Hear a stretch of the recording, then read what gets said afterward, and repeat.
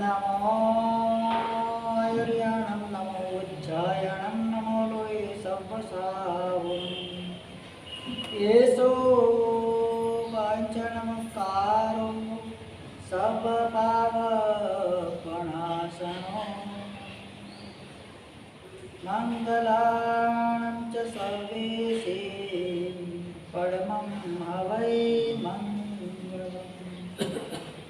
जय जगजीवजोनि प्रियाणो जगगुरु जगानन्दो जगन्नाहो जगबन्धु जय जगद्विहामो वैभवम्। जय सुयानं पवो तीर्थयराणामपचिम जय गुरुलोगाणां जय महावीर। नमो दुर्वारिरागानि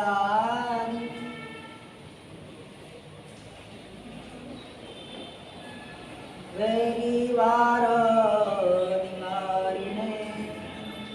अर्हते योगिनाथाय महावीराय दायिने। पन्नगे सुरेन्द्रे च कौशिके पादसंस्पृशि निर्विशेषमनस्काय पार्श्वनाथः श्रीस्तुव। कल्याणपादपारामं श्रुतगङ्गा हिमाचल विश्वाम्बुजरविं देवा वन्दे श्रीज्ञातनन्दनं। विश्वातिशायि महिमा ज्वलत्येजो विराजिता शान्तिं शान्तिकरां स्तौमि दुरितव्रातशान्तये। ओंकारं बिन्दुसंयुक्तं नित्यं ध्यायन्ति योगिनः कामदं मोक्षदं चैव ओंकाराय नमो नमः। सर्वारिष्टप्रणाशाय सर्वाभ्यर्थदायिने सर्वलब्धिनिदानाय गौतमस्वामिने नमः। अज्ञानतिमिरान्धानां ज्ञानाञ्जनशलाकया नेत्रमुन्मीलितं येन तस्मै श्रीगुरवे नमः। आगमोद्धारकर्तारं शैलानेशप्रबोधकं ध्यानस्थस्वर्गतं नौमि सूरिमानन्दसागरं सूरिं दर्शनसागरं चरणाम्बुजे परमात्मा करकमलमासास्त्रोपसे मुखकमलमासारदा नेत्राम्बुजे निर्विकारभानवकारणा आनन्दसागर सुरिचरणे भाव्य करो वन्दना। आनन्दसागर सुरिचरणे भाव्य करो वन्दना।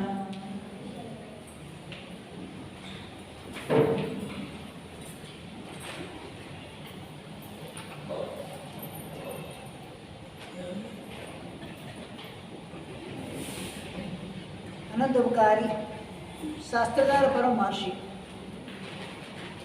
ऐसे सुधर्मा स्वामी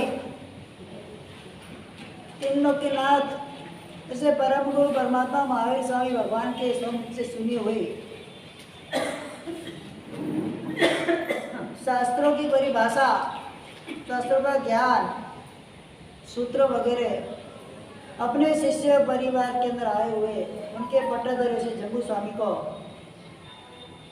आगम शास्त्रों का अंग सूत्रों का दान देते हुए फरमा रहे हैं। यहाँ पर ये चौथा अंग सूत्र सम्मायंग सूत्र उसका अध्ययन चल रहा है। 2 सूत्र के बारे में कल हमने परिचर्चा की थी।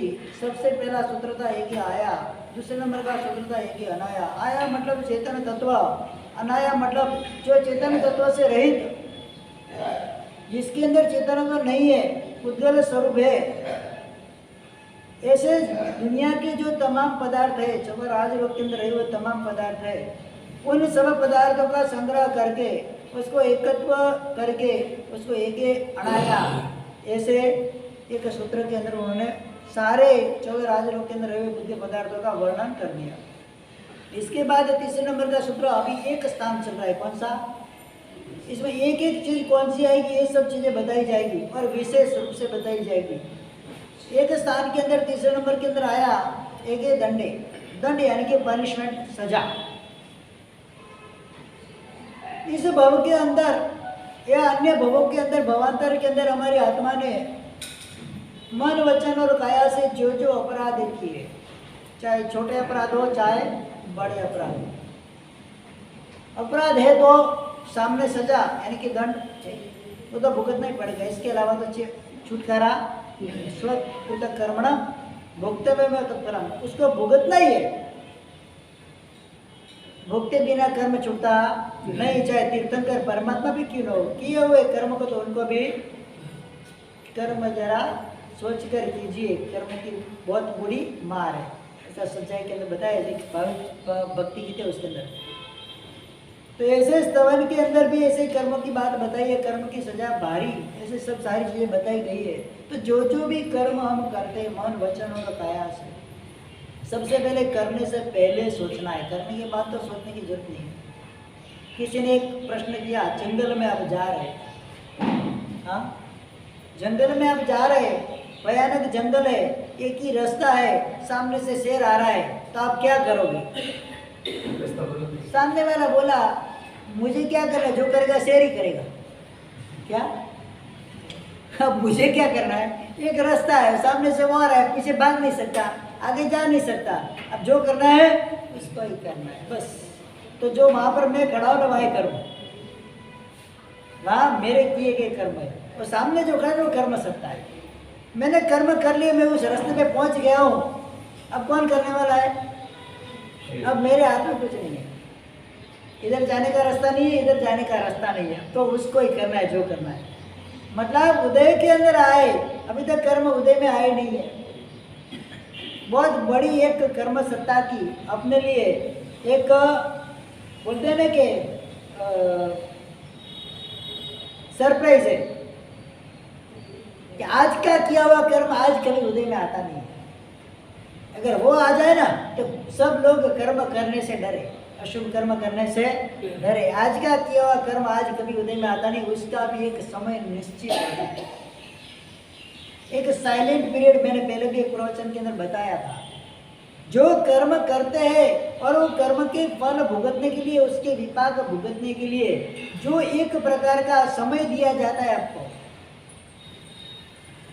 बैंक में से आज ही लोन लिया, आज से इंस्टॉलमेंट आपका चालू होता है, लेकिन आज का आज भरना नहीं है, उसके लिए एक आपको लिमिट दी जाती है, मर्यादा दी जाती है कि उस मर्यादा के अंदर आपको वह भुगत पे कर देना। आपने पे कर दिया तो आपका पीछे कोई ब्याज वगैरह जो भी बोलते हैं उसका दंड लगेगा नहीं। कर्म सत्ता भी आपको एक चांस देती है। आज तुमने कर्म किया, भयंकर हिंसा भी की, आज का उदय में आएगा, उसके लिए कुछ समय लगेगा। वो समय उसको साइलेंट पीरियड कर्म ग्रंथ की भाषा के अंदर देखा जाए तो उसको अबाधा काल बोला जाता है, जिसके अंदर कर्म आपको किसी भी प्रकार की बाधा नहीं करता है। बोलो कर्म सत्ता क्रूर है कि सरल है? कैसी है? क्रूर क्रूर कैसे रहेगी? आपको चांस दिया है, आपको चांस दिया है, जैसे आपने 70 कोड़ा कोड़ी सागरों बम का उत्कृष्ट रूप से मोहनीय कर्म के अंदर कोई कर्म बांधा है, तो उसको आपको 7000 साल देते हैं। कितने? हाँ, उस समय के अंदर आप तोड़ दो तो मैं आपको परेशान आगे जाके करूंगा नहीं। अगर क्रूरता ही होती तो उसी दिन आपको टूट पड़ते आपके ऊपर। कर्म क्रूर नहीं है, गलती करके सुधारने का चांस। हाँ, आपने मिस्टेक किया है तो आपको उसको सुधारने का एक चांस भी दे रहा हूं मैं। फिर उसमें नहीं सुधरे तो भाई दंड भुगतने, इसमें मेरा कुछ चलने वाला नहीं है।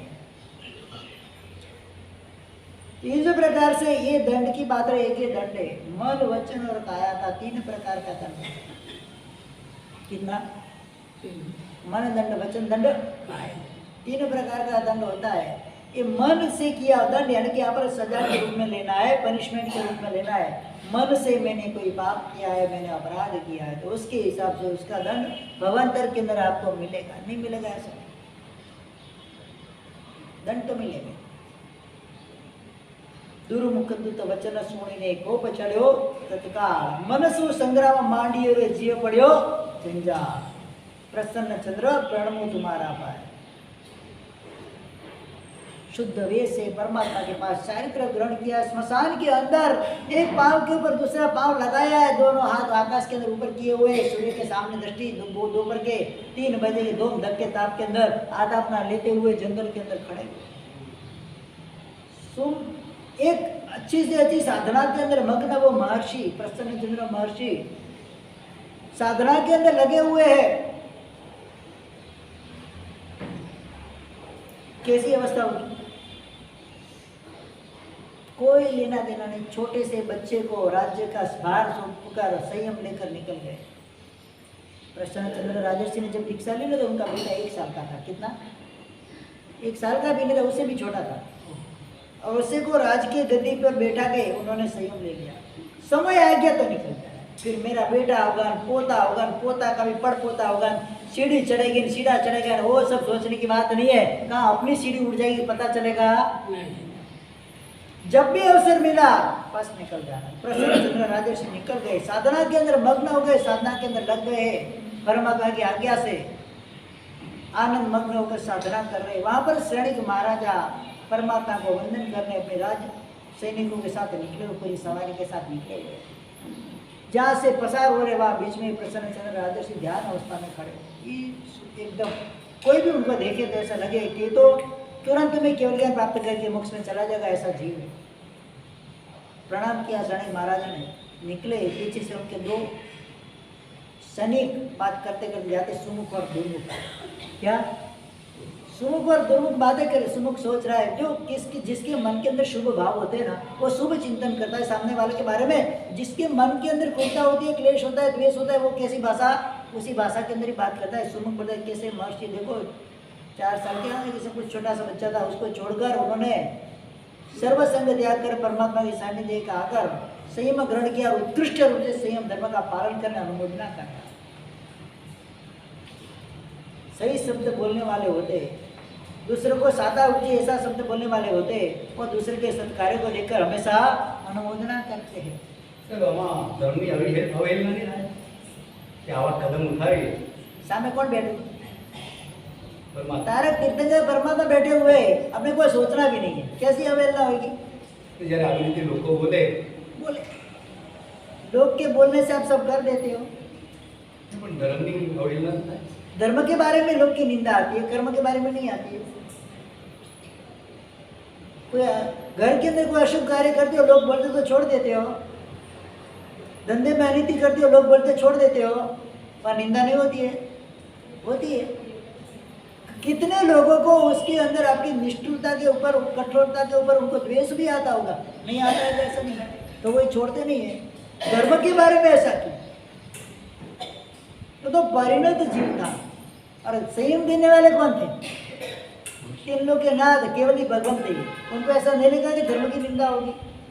2-4 लोग ऐसे बोल भी गए तो उसमें कोई फर्क पड़ने वाला नहीं है। वो उनका कार्य करे, दुष्ट जन उनका कार्य करे, सज्जन जन उनका कार्य कर रहे। इसमें कोई अपने को देखने जैसा नहीं है। अपने को अपनी शुभ प्रवृत्ति के अंदर रहना है, बस वही ध्यान रखना है। कौन क्या करता है मेरा विषय ही नहीं बनता है। तो यहाँ पर दुर्मुख नाम का जो दूत था, अरे क्या है इसमें क्या सेम लेने जैसे आपकी जैसी बात है। उसका बेटा छोटा है और दूसरे शत्रु राजा उसके मंत्री वगैरह फूट गए और शत्रु राजा को आमंत्रण दे दिया है, युद्ध का माहौल चला है, चारों ओर नगर को घेरा डाल के वो खड़े हुए, वो छोटा बच्चा क्या करेगा। ये शब्द कान के अंदर पड़े, कहाँ से आया? जिनका संसार में से आया था। सहज रूप से पुत्र का मोह अंदर आ गया। अरे मेरे मंत्री इतने दुष्ट, अरे दुष्ट राजा जो कल को मेरे चरणों के अंदर आकर माथा टेकते थे, आज सर उठा के मैं खड़े मेरे राज्य के सामने। मैं अगर वहां होता तो एक एक को देख लेता। मन से युद्ध चालू, 1 गया, 2 गया, 3 गया, 4 गया। आखिरकार रथ के अंदर खड़े सारे शस्त्र रथ में से खलास हो गई। देखो ये सोच के अंदर है, मन की विचारणा के अंदर है। कहाँ पर है? शरीर कहाँ पर है? सूर्य के सामने। दृष्टि कहाँ पर है? सूर्य के सामने। हाथ पांव कहाँ पर है? ऊपर नीचे। मन कहाँ चल रहा है? युद्ध के मैदान के अंदर। और कैसी क्रूरता, चढ़े चढ़े सारे शस्त्र, धनुष, बाण, तलवार वगैरह, भाला भाला जितने भी शस्त्र थे सारे खलास हो गए। अब क्या करना? अंतिम शस्त्र राजा का मुकुट उठा के सामने वाले को मार दो। जैसे ही सर के ऊपर हाथ ज्यादा एक्शन तो होती है ना, तो हाथ के अंदर लोच किया असर आता है तुरंत। अरे मैं क्या सोच रहा, भयंकर अपराध, आत्मनिंदा के अंदर लगे, मैंने क्या सोच लिया। शुभ भाव में चढ़ गए। वहां पर सैनिक महाराजा उधर से निकले थे, वो दृश्य देखकर मन में क्या चला उनको पता नहीं, कि मन की बात सैनिक महाराजा नहीं जानते थे। परमात्मा के समक्ष में गए। परमात्मा ने महर्षि को मैंने प्रसन्न राजा से इस प्रकार से ध्यान करते हुए, अगर वो इस समय मरे तो कहाँ जाए? तो परमात्मा ने बोल दिया 7वीं नरक में। कुछ गड़बड़ हो गई परमात्मा को मेरी, या तो बात सुनने में गड़बड़ हो गई या तो उनको बोलने में कुछ गड़बड़ हो गई, ऐसा लग रहा है।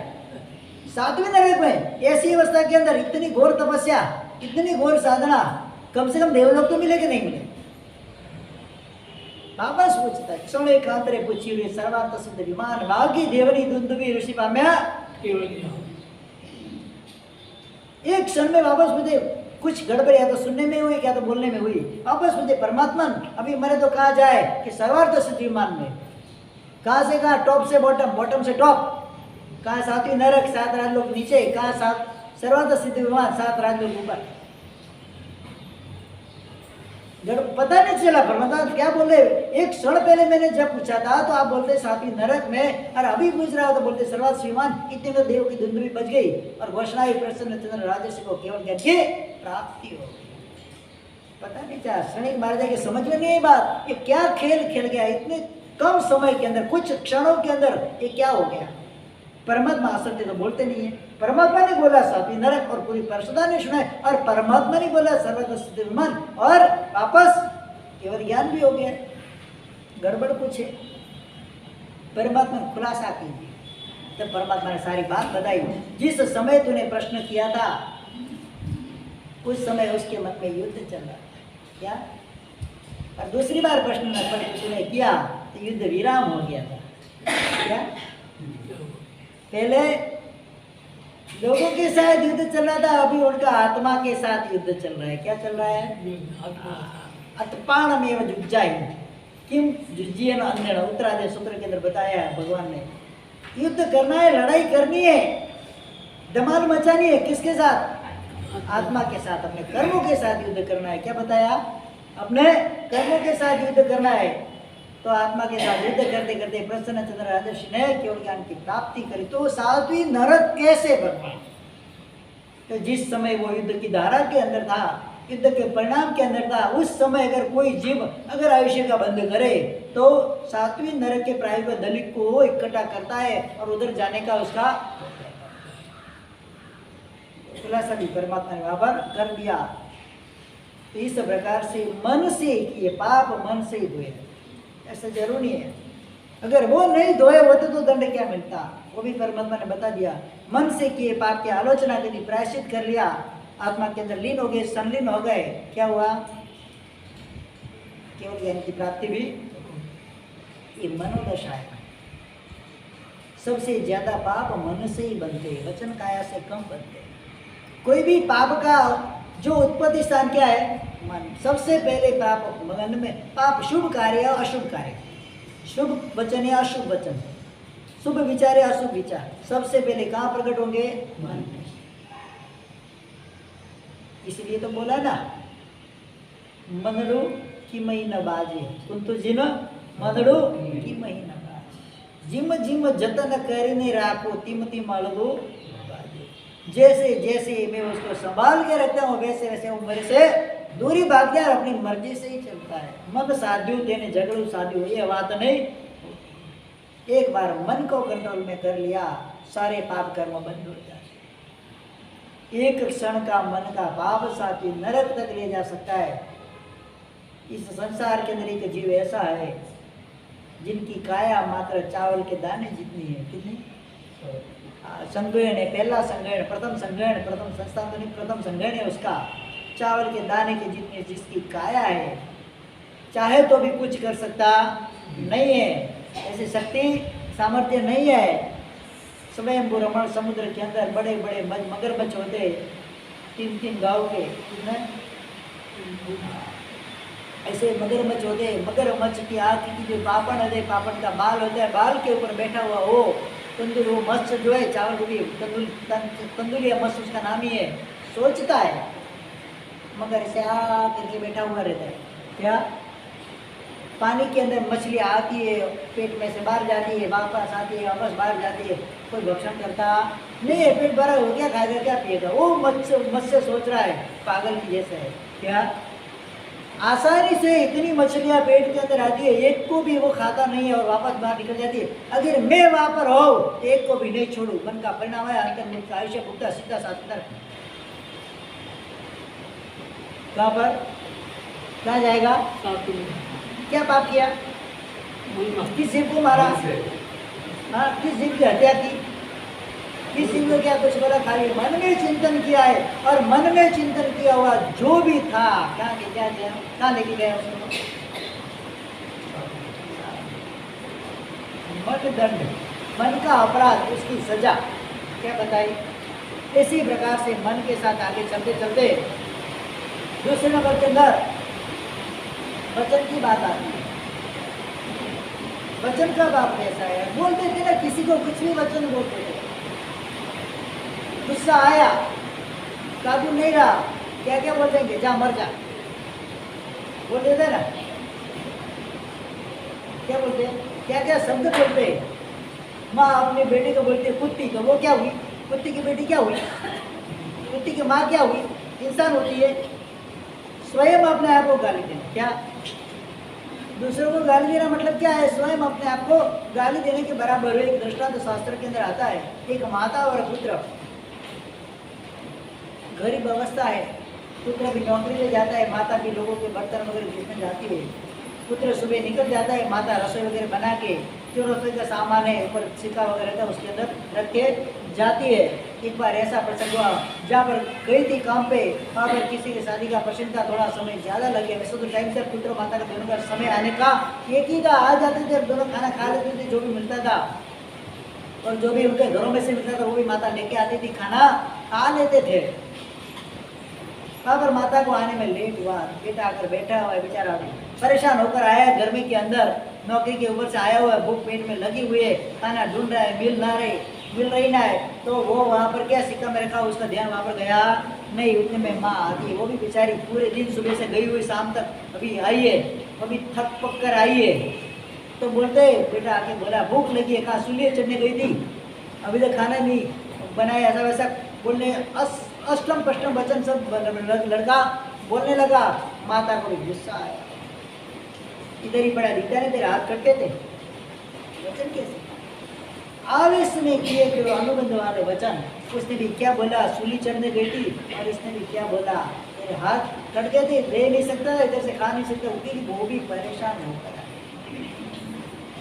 एक चीज हमेशा ध्यान रखनी है, कोई भी परिवार के अंदर कोई भी व्यक्ति घर से बाहर निकलता है, आते ही समय भले उसने गलती की, आपको पहले उसके आने के पहले पता चल गया है, कोई भी गलती करके आ रहा है या कोई भी कुछ भी करके आ रहा है, आपको पता चल गया है, तो आने से ही उसके ऊपर कभी टूट नहीं पड़ती।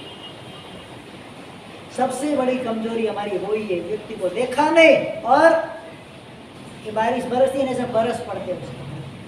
उस समय वो किस अवस्था के अंदर आया है, किस पोजीशन के अंदर आया है, कैसे उसने गलती की है कि नहीं की है, आपको पता नहीं है। किसी ने आपको खाली मात्र बताया है कैसा ऐसा हुआ है, लेकिन हुआ है कि नहीं हो इसकी कोई स्पष्टता नहीं है। वो व्यक्ति घर के अंदर आया और या तो आप शिकामण देने के लिए लग गए या तो इसके ऊपर क्रोध वगैरह करने लग गए, भयंकर परिणाम।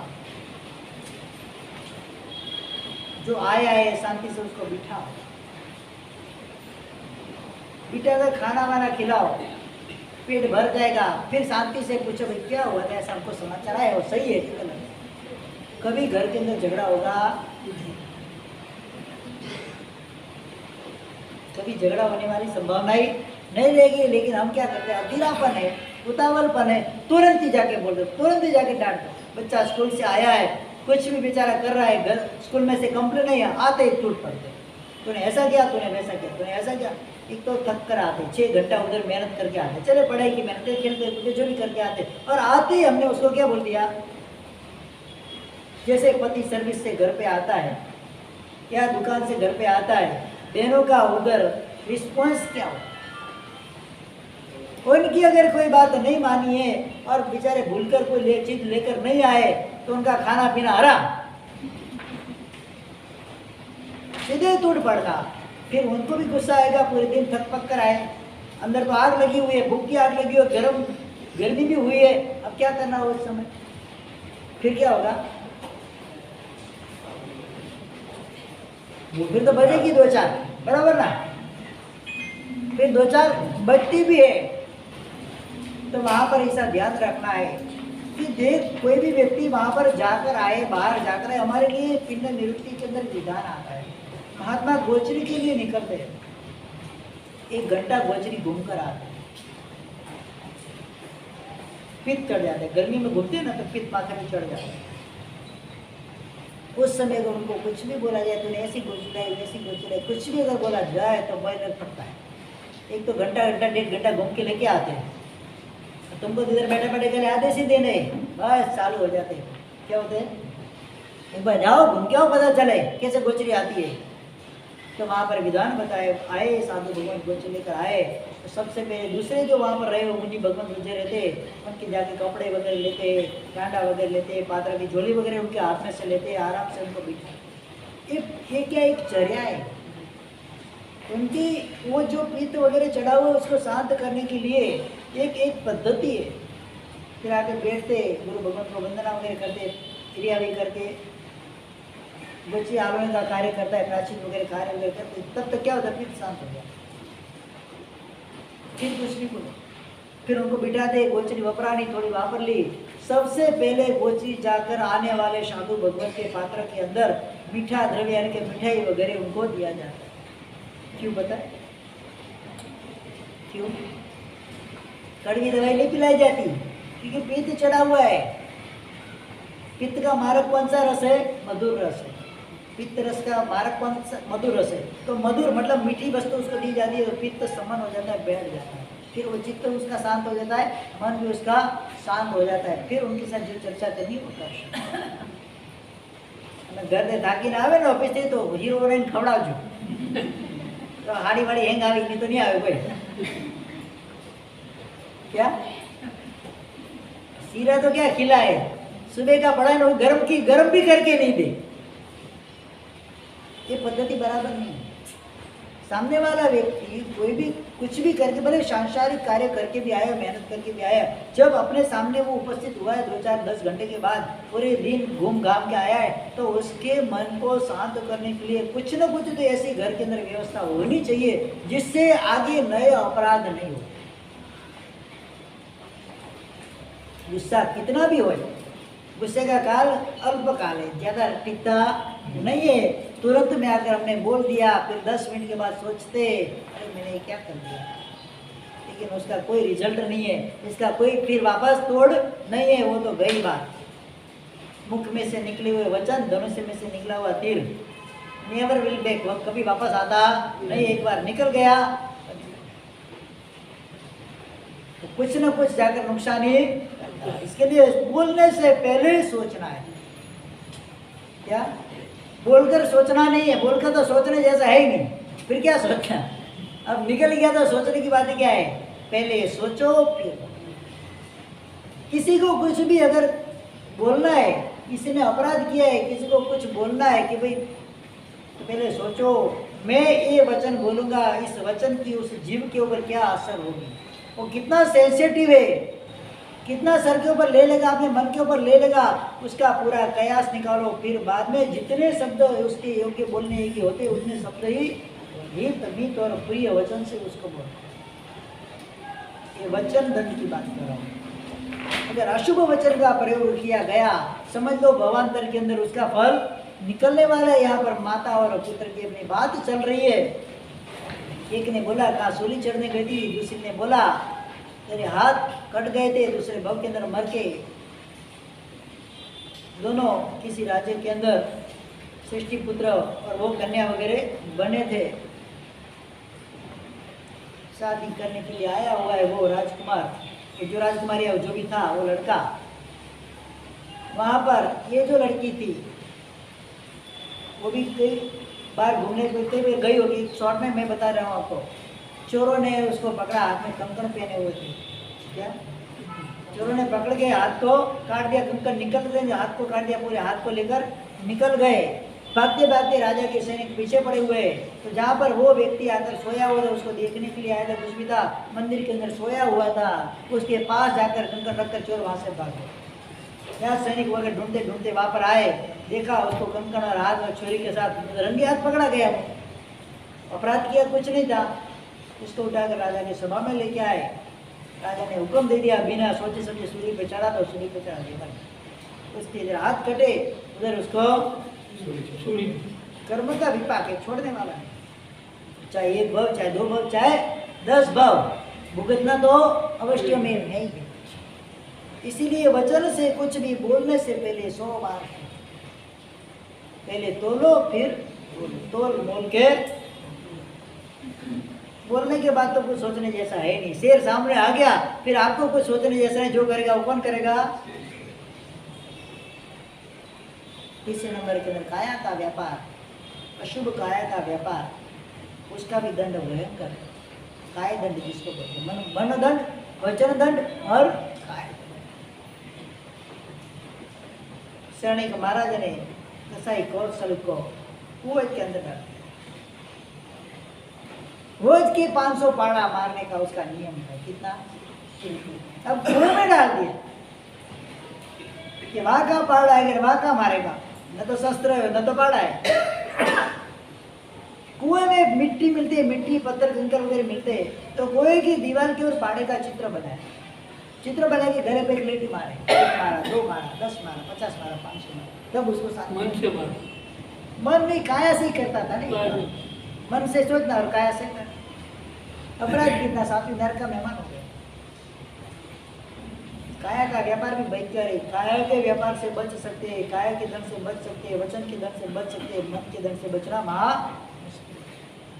कंट्रोल में रखना है। ये दंडे इन सभी अपराधों को, इन सभी अपराधों की सजाओं को एक कर यहाँ पर एक दंड ऐसा करके उन्होंने शास्त्रकार भगवंत ने बता दिया, फरमा दिया सामूहिक रूप से। 14 राजलोक में जितने भी अपराध होते हैं मन वचन काया के, सारे अपराधों को समन्वित करके एक दंड के रूप में क्या दिया जाता है, उसको दंड दिया जाता है। क्या दिया जाता है? अपराध की सजा दी जाती है। कोई भी अपराध करो, दिया क्या जाएगा? हाँ, सजा दी जाएगी, दंड दिया जाएगा। तो सजा तो एक ही है, भले अलग अलग प्रकार से हो। सजा शब्द जो कार्य वो क्या है? एक ही है। तो कार्य के रूप से उसको क्या दंड के अंदर एक ही दंडे ऐसे करके उसको समन्वित किया गया है। दूसरे नंबर, चौथा नंबर का उसका ही सूत्र आता है, एक ही अदंड। अदंड मतलब क्या? मन वचन काया से जो भी मैं शुभ प्रवृत्तियां कर रहा हूँ उसका मुझे सुख विपाक यानी कि शुभ फल अवश्य में मिलेगा। मुद्दा मुनि मन से का चिंतन कर रहे, पणग दग 2 शब्द के अंदर अटक गए। कर्म सत्ता ने कितना बड़ा गिफ्ट दिया उनको, कितनी बड़ी प्राइज दी।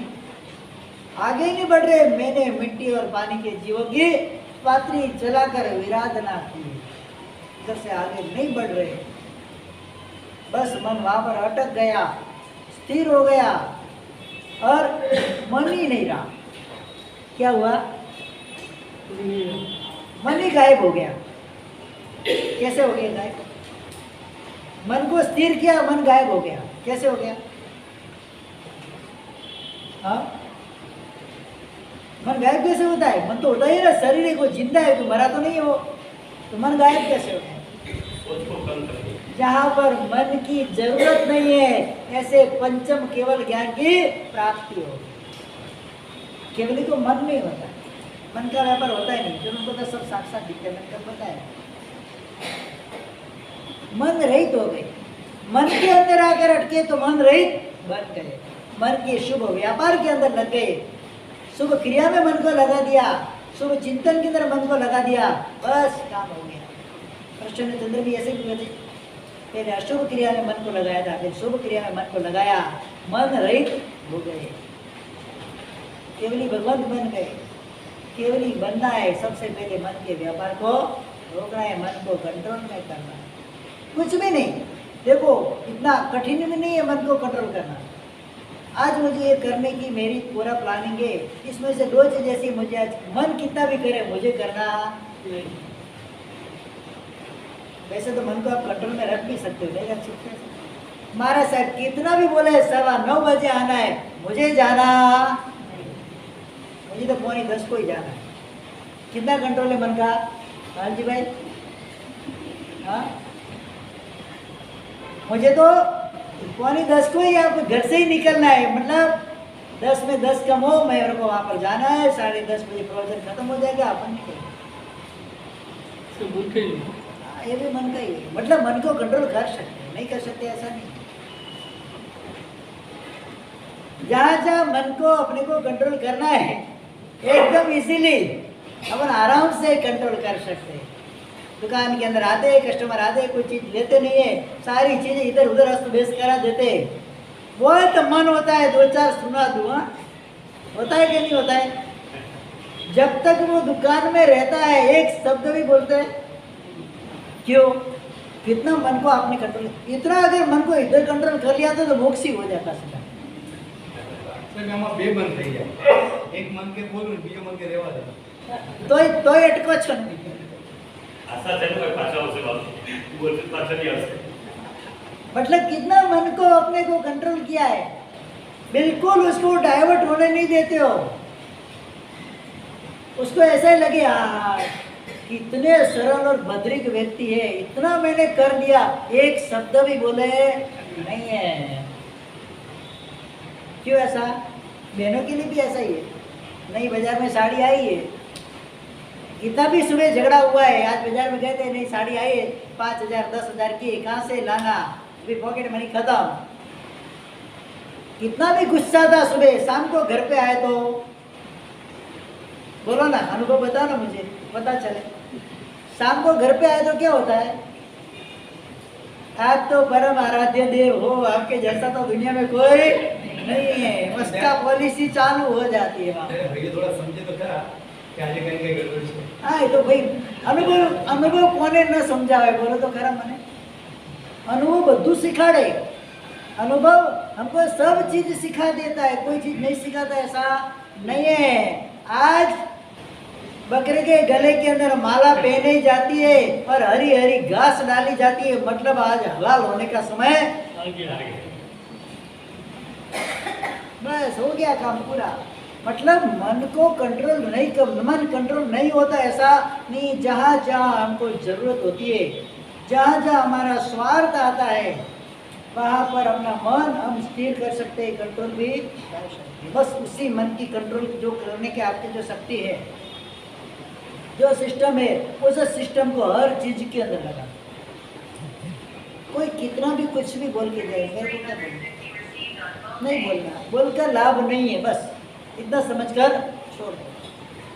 तो मन से किए हुए शुभ चिंतन के द्वारा शुभ विपाक आएगा, भगवान्तर के अंदर केवल ज्ञान इत्यादि की प्राप्ति भी होगी। सर्वश्रेष्ठ सर्वार्थ सिद्ध विमान तक उसका लाभ हमको मिल सकता है। दूसरे नंबर के अंदर शुभ वचन, कोई भी जीव आता है उसको शांत सुंदर वचन से कुछ भी समझाते, जैसे मरण अवस्था के अंदर पड़ा हुआ है, समाधि देने के लिए महात्मा उसको जाते हैं, शुभ वचन उसको नमस्कार मंत्र इत्यादि आराधना उनको अंतिम समय की कराते, वो जीव वो सुनता है, साम वचन को सुनता है और वचनों को सुनकर उस जीव की सदगति हो जाए। तो शुभ वचन बोले हुए अच्छे अच्छे अपने गिफ्ट भी बेनिफिट भी देता है। इस प्रकार ये काया का शुभ व्यापार। कोई व्यक्ति नया नया प्रतिक्रमण करने के लिए आया है, पता नहीं ये क्रिया कैसे करी जाती है और लेट आया और हमारा प्रतिक्रमण स्टार्ट होने की शुरुआत है, चैत्य वंदन चालू हो रहा है और उतने में वो भाग्यशाली है, सामयिक बात लेना आता नहीं है। तो वहाँ पर क्या करना है, क्या करना चाहिए? वेद क्या करती है? वेद पहले तो दो मस्त सुनाती है, तो कोई है ही में આ બાર તો કોઈ આવતું તો કોઈ હે નહીં, હા, અને આ બાર ઠેકોણા નહીં, हमें कौन करावे कि बंद कराते तो है तो जबरदस्ती, फिर इसमें क्या उत्साह नहीं होता है। कर्म निर्जरा के हेतु से नहीं करा रहे, मुझे आता है उसका प्रभाव दिखाने के लिए उसको करा रहे। कभी भी ऐसा नहीं, भाग्यशाली पधारो, पहले सामयिक मुझे ऊंचा देते, प्रतिक्रमण हो जाता है, फिर शांति से बैठ के बोलते सबके लिए थोड़ा अनुकूलता बने, ऐसा 10 मिनट ज़्यादा जल्दी पधारो तो अच्छा है। ऐसे वचन बोले वो कभी भी धर्मस्थान को छोड़ता नहीं है, और ऐसे वचन बोले हमें नहीं आवे तो हारू तो पटी, तो नहीं आएगा भाई, क्या वो नहीं आएगा? क्यों नहीं आएगा? देखो उसको भी अपना सोमान तो है, पर नहीं आता तो क्या करे बेचारा, लाचार है, ज्ञान वणी कर्म का उदय नहीं आता है उसको, और तुमको आता है तो तुमको क्रिया कराने में क्या जाता है? ऐसे शुभ क्रिया कराते कराते देखो काया का व्यापार क्या होता है। शुभ दृष्टि से देखा हुआ है, 4 चोर की एक बात आती है दर्शन के अंदर। एक सेठ को रोज सामयिक लेने का नियम, 4 चोर उसके घर के अंदर चोरी करने के लिए गए। काया का व्यापार की बात कर रहा हूँ मैं, चोर को पता नहीं सामयिक क्या है और सेठ के मन में क्या चल रहा है, चोरों को पता नहीं है, सेठ मऊ ने कुछ बोलते नहीं है। 4 चोर वहां पर गए, देख रहे 4, सेठ को भी पता है 4 चोर मेरे घर के अंदर आए, पोटले भी बांध दिए, सब लिया, धन उठाया, पोटला भी उठा के चल रहे, फिर भी सेठ अपने सामयिक के अंदर स्थिर है। वहां पर एक चोर चिंतन करता है, सेठ का एक काय व्यापार देकर चिंतन करता है, धन्य है, धर्म साधना के अंदर कितने मग्न है, बस इतना पता है। सामयिक भाव में तो उसको पता नहीं है। वहाँ पर सोते सोते पहले चोर को सम्यक दर्शन की प्राप्ति हुई, दूसरे को हुई, तीसरे को हुई, चौथे को हुई, 5 चारों 4 को वहाँ सम्यक दर्शन की प्राप्ति हो गई। चारों 4 ने मन के अंदर सोच दिया हमको भी ये व्यापार करना नहीं है, पोटले वहाँ पर रख दिए, देश वृत्ति के अंदर आ गए, और आगे बढ़ते क्या पता उधर से निकल गए। जो भी पहले साधु भगवत रास्ते मिले उनके पास चारित्र ग्रहण कर लिया और चारों 4 को उसी भाव के अंदर जोड़ दिया, उनकी प्राप्ति। सोचो आप, एक शुभ काया के व्यापार का क्या फल है? चोरों को तो कुछ लेना देना नहीं था, उसको सामयिक होने से, लेकिन एक व्यक्ति सामयिक के अंदर स्थिर रहा हुआ है, उनको देखकर क्या प्रभाव दूसरी जीव के ऊपर पड़ता है। जो अणुकर्मी जीव रहते हैं, जो एकदम बोलते निकट भवि मोक्षगामी जीव रहते, ऐसे जीव अगर ऐसे अनुष्ठान ऐसे निमित्त को पा लेते तो उनका उद्धार हो जाता है। शुभ क्रिया इसीलिए करनी चाहिए, मंदिर के अंदर जाते शुभ भाव से सिद्धि आदि क्रिया करते। कई लोग देखता हूँ, हम लोग देखते हैं कि ये भाव के अंदर तल्लीन हो जाते हैं, उनको देखकर दूसरे जीव पाप करते। क्रिया करने तो ऐसी सीखने का प्रयत्न करते, आसाधना से दूर होने का प्रयत्न करते, जैसे प्रतिक्रमण वगैरह करते हैं, शुभ भाव से प्रतिक्रमण करने लगना है, कोई बातें होनी नहीं। वहाँ पर जो क्रिया है, क्रिया के अनुष्ठान के अंदर शुभ रूप से इसके अंदर लगे, एक देखेगा, एक को देखेगा, दूसरा आएगा, दूसरे को देखेगा, तीसरा आएगा। मैं आपको इसका एक आदर्श दृष्टांत देता हूँ। दीक्षा का प्रसंग चल रहा है, दीक्षा के मंडप के अंदर जा रहा है, एक व्यक्ति संयम लेने के लिए तत्पर हुआ है, घर से निकला हुआ दीक्षा के मंडप तक, नाम तक पहुँचा हुआ है। आपके मन के अंदर क्या भाव चलता है उस समय? अभी संयम लिया नहीं होगा, हाथ में आया नहीं है, आपके मन के अंदर क्या परिणाम चलते हैं? अगर कोमल हृदय होगा तो क्या परिणाम चलेगा?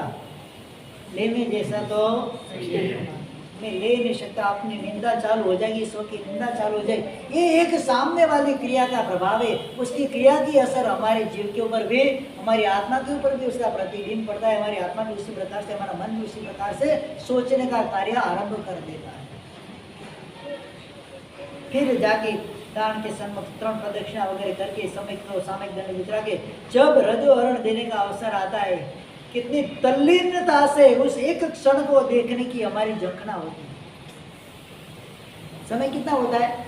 इधर से उठा के इधर देने में कितना समय लगता है? एक क्षण भी नहीं लगती है।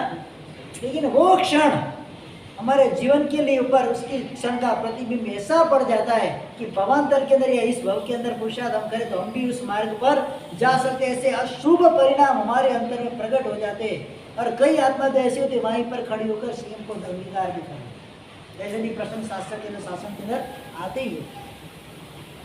एकमात्र क्रिया, एक साधु भगवान दूर पर्वत के ऊपर अपनी संयम साधना के अंदर मग्न थे, कोई लेना देना नहीं। यहाँ पर एक नव युगल शादी करके निकला हुआ है, साथ में 500 राजकुमार है, जंगल में से पसार हो रहे, वर कन्या है, साला भी है, सब मतलब साथ में ही है। रथ के अंदर से दृश्य देखते साधु भगवान वहाँ पर टेकरी के ऊपर कहीं पर अपनी ध्यान साधना के अंदर कायस्थ ध्यान के अंदर मग्न है। वो नया नया वर जिसकी शादी आज ही हुई है देख रहा है, मन के अंदर सोच रहा है काश ऐसा मुझे भी मिल जाए। सोचो किसी अभी तो कन्या को लेकर आया हो, अभी तो घर पे भी नहीं पहुंचा है, रास्ते में मार्ग के अंदर है। उनको देखकर उनके ऊपर दृष्टि लगी उनकी, तो साला उनका जो था उनको थोड़ी टीकर सुनी, क्या जीजा जी आप भी उस मार्ग पे जाना चाहते हो? अगर आप जाओ तो मैं भी तैयार हूँ। तो कि बाप का बोला चल, क्या आई एम रेडी। उधर से निकले, रथ में से उतरे, रथ में से निकल के वो तो वहाँ पर वो सोच रहा है उदय, अरे मैंने तो खाली मजाक की थी, तूने मजाक की थी लेकिन तूने मेरी आंखें खोल दी। अब तक मैं पुरुषार्थ नहीं कर पा रहा था, लेकिन तेरे इस वचन ने मेरे अंदर एक नया पुरुषार्थ, नया जोम जगाया, नया उत्साह जगाया। बस मुझे तो संयम लेना है। क्या अब तूने भी बोला है तो तुझे भी साथ में चलना है, कि तूने बोला था जैसी आपकी गति वैसी मेरी गति। वो तो ठीक है जीजा जी, लेकिन आप जिसके साथ शादी करके आए मनोरमा नाम की मेरी बहन, उसका क्या हो? उसका आपने कुछ ध्यान रखा, ख्याल रखा कि नहीं रखा? एक ही वचन बोले वज्रबाहु, क्या बोले? अगर तुम्हारी बहन सती है तो पति के पीछे आएगी, अगर असती है तो मुझे उसका कोई काम नहीं। क्या बोले? अगर सती है तो पति के पीछे आएगी, अगर असती है तो मुझे उसका काम नहीं। ऐसे करके निकले वज्रबाहु, साथ में 500 राजकुमार। क्या देखा है उन्होंने? उपदेश दिया, मात्र उनकी क्रिया देखी, काया का व्यापार देखा है। एक एक शुभ व्यापार काया का अनेक जीवों को तारने वाला बन जाता है। इसीलिए हमेशा ध्यान रखना है, हमारी काया का मन वचन काया का व्यापार हो सके इतना अच्छा रखने का प्रयत्न करना, दूसरे जीवों के ऊपर उसकी खराब असर नहीं हो। तो ऐसा किया है हमको भवांतर के अंदर, उसका लाभ अवश्य हमें मिलेगा। एक और दंडे, जहाँ अपराध नहीं है वहाँ क्या है? प्राइज है, गिफ्ट मिलने वाली है, बख्शिश मिलने वाली है। ये बख्शिश के रूप में क्या बख्शिश मिलेगी वो अपन सोच सकते हैं नहीं है, वो तो कर्म सत्ता ही दे सकती है।